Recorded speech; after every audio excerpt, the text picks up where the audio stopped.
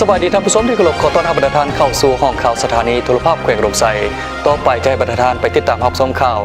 ธนาคารแห่งสาธารณรัฐประชาธิปไตยประชาชนลาวภาคเหนือที่แขวงลมไส้ร่วมกับแผนกอุตสาหกรรมการค้าลงติดตามสุกยู่การติดสลากราคาสินค้าเป็นภาษาลาววันที่ 30 พฤษภาคม 2019 นี้แผนกเศรษฐกิจเงินตราและคุ้มครองเงินตราต่างประเทศสาขาธนาคารแห่งสาธารณรัฐประชาธิปไตยประชาชนลาวภาคเหนือที่แขวงอุดมไซร่วมกับแขนงการค้าภายในแผนกอุตสาหกรรมและการค้าแขวงอุดมไซลงเคลื่อนไหวติดตามกฎกาสุกยู่ส่งเสริมพอค้าเซาขายทั้งภายในและต่างประเทศที่มาดำรงชีวิตดำเนินธุรกิจอยู่แขวงอุดมไซติดสลากราคาสินค้าเป็นภาษาลาวและสกุลเงินกีบอยู่ภายในเทศบาลแขวงโดยปฏิบัติตามกฎหมายว่าด้วยการคุ้มครองเงินตราต่างประเทศในระยะผ่านมาสาขาธนาคารแห่งสาธารณรัฐประชาธิปไตยประชาชนลาวภาคเหนือที่แขวงอุดมไซในนามเป็นใจกลางรับผิดชอบโดยกงก็ได้สมทบกับภาคส่วนเกี่ยวข้องลงโฆษณาเผยแพร่ให้พ่อค้าเซาขายหันมาติดราคาสินค้าเป็นเงินกีบได้รับการมอบหมายจากคณะแผนกเศรษฐกิจเงินตราและคุ้มครองเงินตราต่างประเทศในการลงเคลื่อนไหวเฮ็ดเวียกร่วมกับแผนกอุตสาหกรรมการค้าแขวงจุดประสงค์หลักก็เป็นเพื่อลงติดตามการติดประกาศราคาสินค้าบรรดาห้างก็คือตลาดในมื้อนี้ก็เห็นสภาพเซาขายนี่ก็เพิ่นก็ปฏิบัติระเบียบได้ดีในการติดราคาสินค้าส่วนใหญ่ก็จะเป็นเงินกีบนั่นแหละเพราะเซาขายชาวต่างประเทศนี่ก็เข้าใจระเบียบกฎหมายของลาวนี่ในระยะผ่านมาในทางเฮานี่ก็ได้สวมใส่ในการโฆษณาเผยแพร่กฎหมายในระยะผ่านมา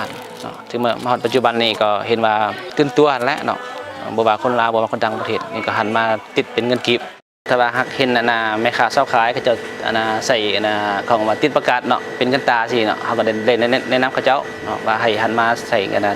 ติดเป็นประกาศเป็นเงินกีบใช้ราคาสินค้าทั้งนี้ก็เพื่อแนวใส่เคลื่อนไหวคุ้มครองติดตามกฎกาธุรกรรมเงินตราต่างประเทศเพื่อให้มีประสิทธิภาพถูกต้องแนวใส่ยกสูงคุณค่าและเสถียรภาพของเงินตราแห่งชาติในโอกาสเดียวกันปฏิบัติตามคำสั่งของรัฐมนตรีว่าการกระทรวงอุตสาหกรรมและการค้าเกี่ยวกับการติดสลากราคาสินค้าเป็นภาษาลาวผู้ผลิตผู้ประกอบการปรุงแต่งหุ้มห่อสินค้าอยู่สาธารณรัฐประชาธิปไตยประชาชนลาวและจำหน่ายสินค้าที่ขึ้นทะเบียนวิสาหกิจการค้าขายยกหรือเป็นตัวแทนต้องติดสลากสินค้าเป็นภาษาลาวก่อนจึงจำหน่ายให้ผู้สมใช้หรือสนองให้ผู้ขายย่อยข้าพเจ้าต่างหน้าจากแผนกอุตสาหกรรมและการค้าแข่งแขนงการค้าภายในผู้ผลิตภายในและต่างประเทศก่อนสินค้าต้องติดภาษาสลากเป็นภาษาลาวจึงสามารถมาจำหน่ายเพื่อให้ผู้สมใช้ก่อนจะเลือกซื้อและสมใช้สินค้า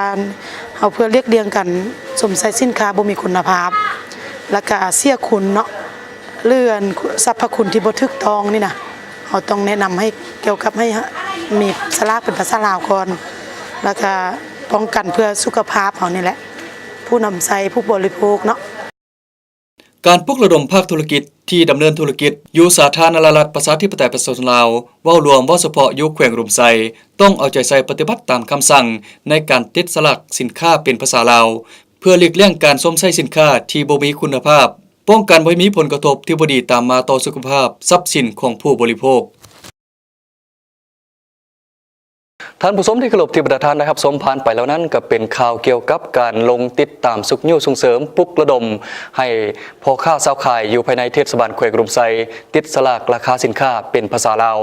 มาฮอดนี้ผู้ดำเนินรายการพร้อมโดยทีมงานต้องขอลาท่านผู้ชมไปด้วยเวลาเพียงเท่านี้พบกันใหม่ในมื้อหน้าสำหรับวันนี้ขอกล่าวคำว่าสบายดี